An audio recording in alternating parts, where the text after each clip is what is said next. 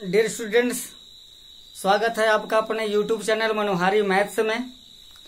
आज हम लोग इस वीडियो में क्लास 9th कोऑर्डिनेट ज्योमेट्री की शुरुआत करेंगे, निर्देशांक ज्यामिति। तो सबसे पहले इस शब्द को अगर ध्यान से देखा जाए तो निर्देशांक का अगर हम संधि विच्छेद करें तो हम पाएंगे कि निर्देश धन अंक बराबर निर्देशांक, मतलब वे अंक जो किसी बिंदु की स्थिति को निर्देशित करते हों वही अंक निर्देशांक कहलाते हैं। तो गणित की वो शाखा जिसके अंतर्गत एक प्लेन में या एक समतल में किसी बिंदु की स्थिति को प्रदर्शित करने का ज्ञान कराते हैं, निर्देशांक ज्यामिति या कोऑर्डिनेट ज्योमेट्री कहते हैं, जो मैथमेटिक्स का सबसे महत्वपूर्ण टॉपिक है, जिसकी शुरुआत क्लास 9th में हुई है। हमको क्लास 10th में भी मिलेगा, फर्स्ट ईयर में भी मिलेगा, सेकेंड ईयर में भी मिलेगा, यहाँ तक कि हायर एजुकेशन में भी, और न केवल गणित में बल्कि इतिहास, भूगोल, अर्थशास्त्र में भी हमको देखने के लिए मिलेगा। कभी कभी हम ये भी देखते हैं, जब हम न्यूज़पेपर उठाते हैं, आज हो, अमर उजाला हो, दैनिक जागरण हो, इन सबों में आंकड़ों के ग्राफ खींचे रहते हैं, और आंकड़ों के जो ग्राफ होते हैं वो किस बेस पर बनते हैं? निर्देशांक ज्यामिति के बेस पर ही बनते हैं। तो आइए इसकी सबसे पहले शुरुआत हम करते हैं।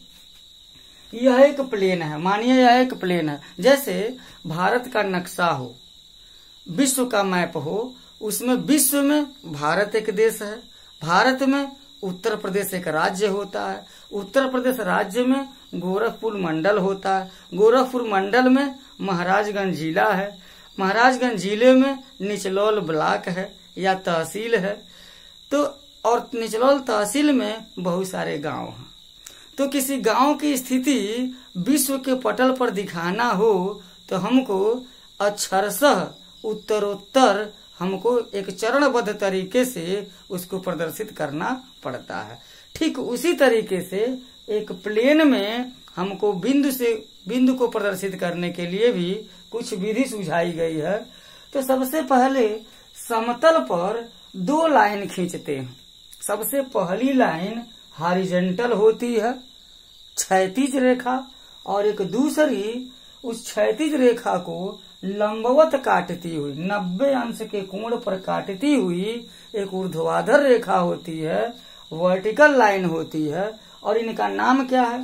क्षैतिज वाली रेखा को हम एक्स अक्ष कहते हैं, अक्ष, अथवा एक्स एक्सिस कहते हैं, और जो ऊर्ध्वाधर रेखा है उसको वाई अक्ष कहते हैं या वाई एक्सिस कहा जाता है। तो अब प्लेन को जब हम एक्स अक्ष और वाई अक्ष से जब खींच देते हैं तो 4 भाग बन जाते हैं, पहला, दूसरा, तीसरा, चौथा, और ये चारों भाग अलग अलग चतुर्थांश कहलाते हैं। चतुर्थांश उच्चारण देखिएगा, चूंकि आप कक्षा 8 पढ़ करके आए हैं तो इस हो सकता है इस शब्द का ज्ञान न हो। चतुर्थांश अथवा क्वाड्रेंट कहते हैं, क्वाड्रेंट। और ये कौन सा चतुर्थांश है? ये फर्स्ट क्वाड्रेंट है, यह सेकंड क्वाड्रेंट है, ये थर्ड क्वाड्रेंट है, और यह फोर्थ क्वाड्रेंट है।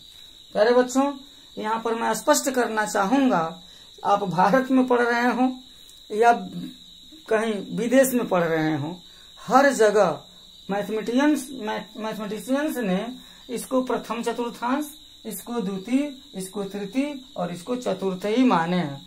किसी भी दशा में प्रथम, द्वितीय, तृतीय, चतुर्थ ऐसे नहीं होता है, ये ऐसे ही इसको बनाया गया है।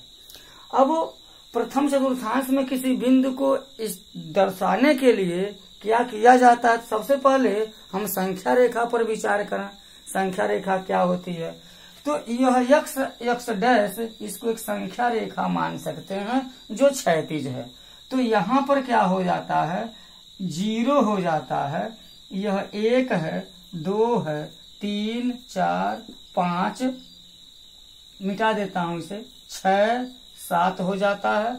और इधर तीर का चिन्ह लगा हुआ है, मतलब यही अंत नहीं हुआ, आगे भी बढ़ाया जा सकता है।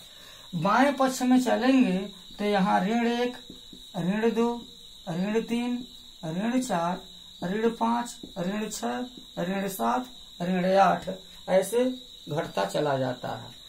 ऊर्ध्वाधर की बात करते हैं तो मूल बिंदु, इसको मूल बिंदु कहा जाता है। एक्स अक्ष और वाई अक्ष के प्रतिच्छेदन बिंदु को, इंटरसेक्टिंग पॉइंट को मूल बिंदु अथवा ओरिजिन कहते हैं। ओरिजिन या मूल बिंदु कहा जाता है। तो मूल बिंदु के ऊपर (1), (2), (3), (4), (5), (6) और इधर नीचे की ओर ऋण 1, ऋण 2, ऋण 3, ऋण 4, ऋण 5 ऐसे चला जाता है। तो जब हमको बिंदु को प्रदर्शित करना रहता है, मान लीजिए कि हमें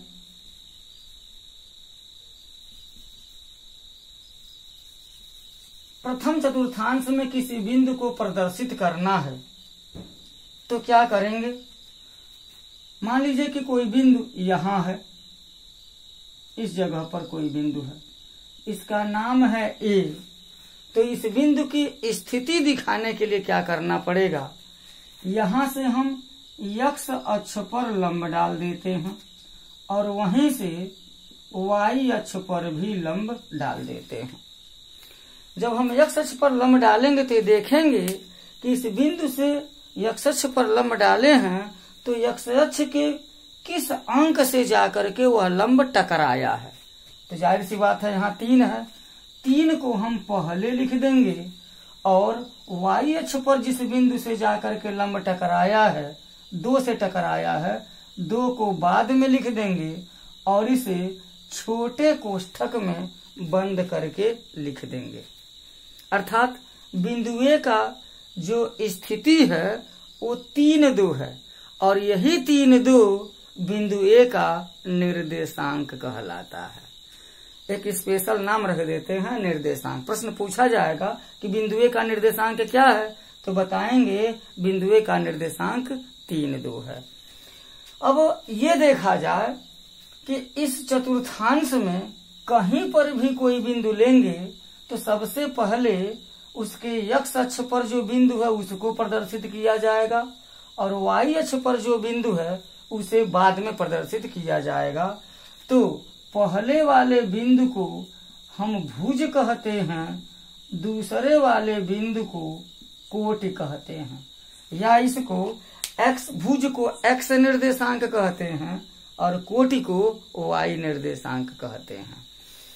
अब एक और बिंदु लेकर के देखा जाए, जैसे मान लीजिए यहाँ पर कोई बिंदु दे दिया हो, यहाँ बिंदु हो या यहाँ पर हो, इसका नाम है बिंदु बी। तो बिंदु बी का निर्देशांक पता करने के लिए क्या करेंगे? यहाँ से हम लंब डालेंगे, लंब डालेंगे तो आकर के 5 से टकराता है और इसी बिंदु से जब हम इधर लंब डाल देंगे तो वह बिंदु आकर के 6 से टकराता है। तो 5 से टकराया, 5 को पहले लिखेंगे, 6 से टकराया, 6 को बाद में लिखेंगे। तो बिंदु बी का जो निर्देशांक हो जाएगा वो होगा क्या? 5, 6 हो जाएगा। इसका मतलब हम ये देखते हैं, इस प्रथम चतुर्थांश में कोई भी बिंदु लेते हैं तो उसका भुज भी धनात्मक होगा, धनात्मक राशि है, और कोटि भी धनात्मक ही हो जाता है। तो यहीं से एक नियम निकल गया कि प्रथम चतुर्थांश का चिन्ह क्या है? प्रथम चतुर्थांश का चिन्ह धन धन है, प्लस कामा प्लस है। ठीक इसी तरीके से अब यहाँ पर ज्यादा समय लग जाएगा, इसको दिखाया जाएगा। तो अब आप ये देख सकते हैं, यहाँ का जो निर्देश है, यहाँ पर कोई बिंदु अगर हो तो वो बिंदु, जैसे हम देख ही लेते हैं, जैसे मान लीजिए कि यहाँ पर कोई बिंदु दे दिया है, यहाँ पर कोई बिंदु सी है, तो यहाँ से हम जब लंब डालेंगे तो 4 पर आ जाएगा, यहाँ से लंब डालेंगे तो 2 पर आ जाएगा। तो 4 से ऋण 4 से टकराया है तो ऋण 4 भुज हो जाएगा, 2 से टकराया है तो 2 कोटि हो जाएगा। अर्थात सेकंड क्वाड्रेंट में जो भी बिंदु लिए जाएंगे उनका भुज ऋणात्मक होगा और कोटि धनात्मक होगा, क्योंकि भुज के लिए हम x अक्ष पर जाएंगे और कोटि के लिए y अक्ष पर। सेकंड क्वाड्रेंट में भुज ऋणात्मक है और कोटि धनात्मक है। ठीक इसी प्रकार तृतीय चतुर्थांश में भुज भी ऋणात्मक होगा और कोटि भी ऋणात्मक हो जाएगी। साथ ही साथ चतुर्थ क्वाड्रेंट में भुज तो धनात्मक हो जाएगा लेकिन कोटि इसकी ऋणात्मक हो जाएगी। तो हमें समझ गए कि प्रथम चतुर्थांश का चिन्ह धन धन, द्वितीय चतुर्थांश का चिन्ह ऋण धन, तृतीय चतुर्थांश का चिन्ह ऋण ऋण और चतुर्थ चतुर्थांश का चिन्ह धन ऋण हो जाता है। अब एक बात और कहेंगे, यहाँ ऐसा कोई जरूरी नहीं है कि हमेशा बिंदु चतुर्थांशों में ही हो। ऐसा भी हो सकता है कि कोई बिंदु अक्षों पर भी हो सकते हैं। तो मान लीजिए अगर x अक्ष पर कोई बिंदु है, जैसे मान लीजिए कि यही है, ये बिंदु ये 2 है, यहाँ इसी पर कोई बिंदु D है, तो इसका निर्देशांक क्या होगा? इसका निर्देशांक सबसे पहले x अक्ष पर बिंदु पढ़ेंगे तो यह 2 पर है तो 2 लिख दिया जाएगा। कोटि के लिए हम y अक्ष पर जाते हैं, धनात्मक कोटि है तो ऊपर जाएंगे, ऋणात्मक कोटि है तो नीचे आएंगे। लेकिन यह जो बिंदु है वो बिल्कुल मूल बिंदु के ठीक सामने है। कोटि के लिए हम न ऊपर जाएंगे न नीचे जाएंगे, न ऊपर जाएंगे न नीचे जाएंगे, तो कहाँ पर जाएंगे? 0 है, 0 पर जाएंगे तो 2 0 हो जाएगा। ठीक इसी तरीके से इसका निर्देशांक 2 0, 3 का निर्देशांक 3 0, 4 का बिंदु 4 पर है तो 4 0, 5 0, 6 0। अर्थात इधर भी देख लिया जाए, अगर यहाँ पर कोई बिंदु E है तो इसका निर्देशांक क्या हो जाएगा? भुज ऋणात्मक हो जाएगा ऋण 7 और कोटि क्या हो जाएगी? 0 हो जाएगी। मतलब ये हो गया कि x अक्ष पर जो भी बिंदु लिए जाते हैं उनकी कोटि 0 होती है। x अक्ष पर जो भी बिंदु लिए जाते हैं उनका भुज तो कुछ न कुछ होगा, धनात्मक होगा या ऋणात्मक होगा। मूल बिंदु के दाहिनी ओर धनात्मक होगा, मूल बिंदु के बाईं ओर है तो ऋणात्मक होगा, लेकिन कोटि क्या होगी? हमेशा 0 होगी। ये बात याद रखा जाए। दूसरा, ऐसा भी हो सकता है कि कोई बिंदु y अक्ष पर स्थित हो। मान लीजिए कि यहाँ पर कोई बिंदु है, बिंदु F है, इसका निर्देशांक क्या होगा? सबसे पहले भुज ही लिखते हैं। तो यहाँ से जब हम x अक्ष पर लंब डालेंगे तो 0 से जाकर के टकराएगा, अर्थात 0 के सामने है तो 0 पहले लिख देंगे। और कोटि के लिए y अक्ष पर पढ़ते हैं तो y अक्ष पर यहाँ पर 5 है तो यहाँ 5 हो जाएगा। यानी कि इस बिंदु F का निर्देशांक क्या हो जाएगा? 0 5। बिंदु 3 का निर्देश, यहाँ पर अगर कोई बिंदु है तो क्या हो जाएगा? 0 3 हो जाएगा। यहाँ पर रहेगा तो ऋण 2 0, 0 ऋण 2, 0 ऋण 3, 0 ऋण 5, 0 ऋण 5, इस तरीके से हो जाएगा। अर्थात हमें देख रहे हैं कि y अक्ष पर अगर कोई भी बिंदु हम लेते हैं तो y अक्ष पर बिंदु लेंगे तो उसका कोटि तो कुछ न कुछ होगा। मूल बिंदु के ऊपर है तो कोटि धनात्मक होगी, मूल बिंदु के नीचे है तो कोटि ऋणात्मक हो जाएगी। अगर यहाँ पर कोई बिंदु है G तो उसका निर्देशांक 0 ऋण 4, कोटि ऋणात्मक हो जाएगी। लेकिन एक बात तय है कि y अक्ष पर लिए गए जितने भी बिंदु हैं उनका भुज 0 हो जाएगा। इस बात को भी याद रखा जाए। तो 3 बातें याद रखेंगे। x अक्ष पर स्थित बिंदुओं की कोटि 0 होती है, y अक्ष पर स्थित बिंदुओं का भुज 0 होता है और मूल बिंदु का निर्देशांक भुज भी 0 कोटि भी 0, मूल बिंदु का निर्देशांक 0 0 हो जाता है। तो प्यारे बच्चों, ये प्रथम अध्याय है, यहाँ से शुरुआत हुई।